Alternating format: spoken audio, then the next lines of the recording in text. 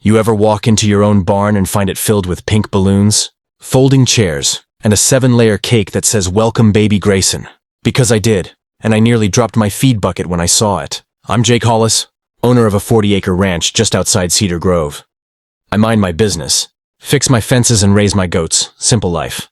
But simplicity doesn't sit well with one person. Patricia Hendris, our local HOA president, or as most folks call her, HOA Karen. She's the kind of woman who thinks her clipboard is a badge of authority. Ever since the HOA expanded its reach toward the edge of my land, she's been on a crusade to beautify everything she doesn't own. She's fined me for excessive animal noise, tried to dictate my barn color, and once told me to consider more community-friendly livestock. But this time, she outdid herself. It was a Saturday morning. I went out to feed the goats, Rosie, Duke, and Little Bandit, and the moment I opened the barn door, I froze. There were pastel streamers hanging from my rafters, a DJ setting up speakers by the hay bales, and 2 women in matching shirts whispering about table placements. I asked one of them what in the world they were doing. She smiled like I was some confused farmhand and said, "Oh, the venue's beautiful. Patricia said you were fine with us using the barn." I blinked. Venue? Using my barn? Sure enough, out strolls Patricia herself, dressed in a floral dress, waving her phone like a queen commanding her subjects. "Jake, you weren't supposed to see it yet. We're just borrowing the barn for a few hours. Don't worry. You'll love the attention." I told her no one borrows my property without asking. But she just scoffed. "It's for a baby shower, Jake.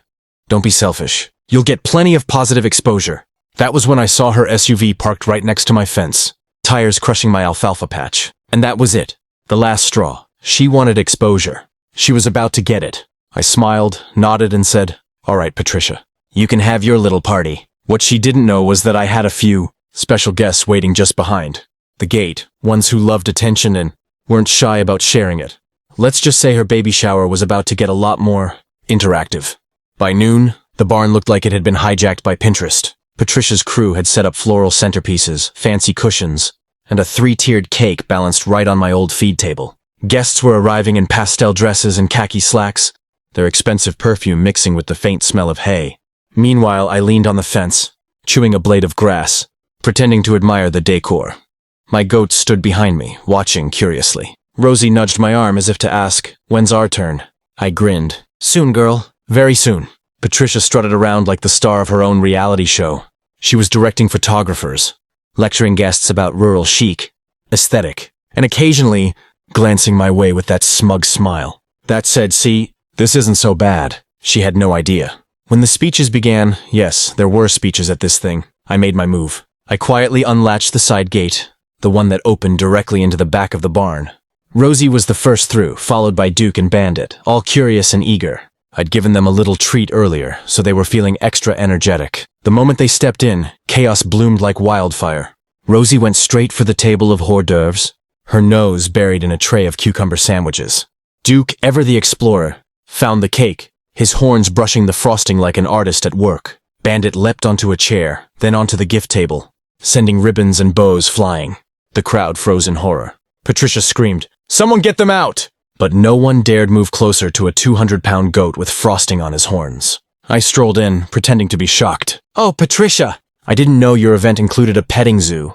The guests gasped as Rosie sneezed frosting all over a white dress. One of the bridesmaids-to-be tried to shoo her away with a napkin. Big mistake. Rosie thought it was a game and chased her in circles, bleating triumphantly. The DJ tried to keep things calm by playing soft music, but that only encouraged Bandit to start jumping to the beat. A plastic cup went flying, someone slipped, and the crowd scattered. And in the middle of it all stood Patricia, clutching her ruined cake platter, her face turning the exact color of strawberry icing.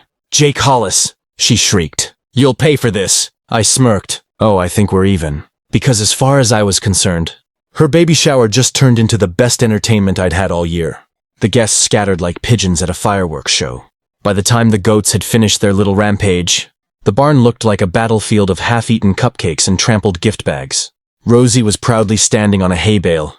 Duke was licking frosting off a chair, and Bandit had discovered the joy of untying balloons with his teeth.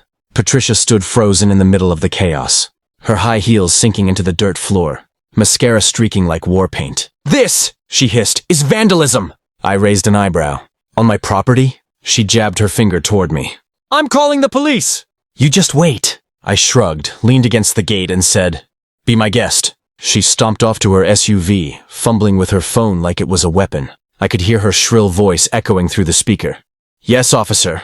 There's been an incident. Someone released dangerous animals at a public event. Dangerous animals. She was talking about goats. By the time the sheriff's cruiser rolled up the driveway, Patricia had gathered her guests like witnesses at a crime scene. Some were still brushing hay off their clothes, others clutching soggy gift bags. I stood there calm as a summer breeze, petting Rosie, who was now happily chewing on a piece of ribbon. Deputy Collins stepped out, a big man with a slower-than-syrup drawl and a permanent sunburn. He tipped his hat. Afternoon, Jake. Heard there was some kind of commotion. Afternoon, Deputy, I said with a grin. Seems like a case of unauthorized party planning. Patricia rushed over before I could say more. He set this up. He released wild goats into my event. My guests are traumatized. Look at my shoes! Collins looked at her shoes, then at me, then at the barn full of pastel chaos. Ma'am, he said carefully, you said this was your event? Yes, she snapped. It was supposed to be in his barn. Did you have permission to use his property? That one question shut her right up. Her lips twitched, her face paled, and for a moment, I swear you could hear the sound of a balloon, deflating somewhere in the background. I told him about it in the newsletter. Collins sighed, rubbing his temples. Ma'am, that's not how permission works. I chuckled under my breath. Rosie bleated like she agreed. Patricia glared at me like she wanted to turn me into goat feed, but the law was on my side, and she knew it. Patricia's baby shower had turned into a full-blown circus, and the sheriff was the reluctant ringmaster. Deputy Collins stood there taking notes, looking from Patricia's frosting-smeared shoes to Duke, who was still licking icing off a chair leg. So let me get this straight, he said slowly. You entered Mr. Hollis's property without consent, set up an event, and now you're upset that his livestock acted like livestock? Patricia crossed her arms. This is absurd. He let those animals loose on purpose. Collins tilted his hat back. Well, ma'am, that's not a crime if they were already here. What is a problem is trespassing, property damage, and unauthorized use of private land. Her jaw dropped. You're not seriously taking his side. He shrugged. Ma'am, the law's got only one side, the right one. I had to bite back a grin. Deputy, I'm not pressing charges today, but I'd appreciate it if folks stopped using my barn as their party hall. Collins nodded. Fair enough. He turned to Patricia. Ma'am, I suggest you gather your guests and leave before. I have to write this up as an official trespassing report. The look she gave me could have melted steel. She stomped off, barking orders at her shell-shocked guests. A few muttered apologies as they shuffled past me, stepping around bits of hay and toppled decorations. Once the last car rolled out, I leaned against the fence, laughing softly. Rosie and Bandit were lying in the sun, chewing contentedly on leftover streamers. It was peaceful again, just how I liked it, but I wasn't quite done. That evening, I printed out a new sign and hung it right above the barn door. It read in bold red letters, "Private property, not available for HOA events or baby showers. Goats included." The next morning, I snapped a photo and posted it to the local community Facebook page, the same one Patricia used to lecture. Everyone about neighborhood, harmony. The post blew up overnight. Comments poured in. She really thought she could use your barn. I'd pay to see those goats crash her next meeting. Jake, you're a legend. By the time the HOA held its next meeting, Patricia looked like she'd swallowed a lemon. She didn't even glance my way. For once, her clipboard was silent.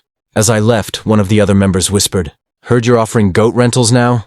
I smiled. Only for special occasions. Out on the ranch, Rosie bleated from the pasture, as if reminding me, justice sometimes just needs a little hoof. If you enjoyed watching Karen get a taste of her own medicine, make sure to drop a comment, and subscribe for more wild HOA stories just like this one. You don't want to miss what happens next.